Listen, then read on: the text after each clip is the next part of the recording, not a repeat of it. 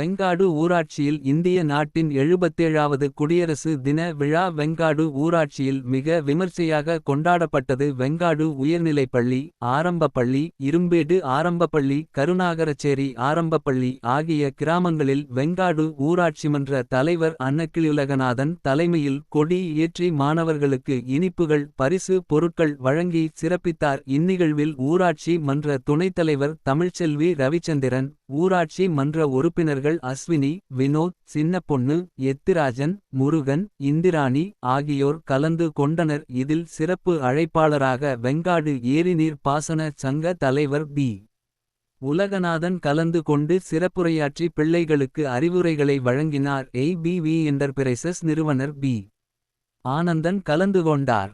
அனைத்து கிராமங்களிலும் பொதுமக்கள் பெற்றோர்கள் பெரும் திரளாக கலந்து கொண்டு சிறப்பித்தனர்.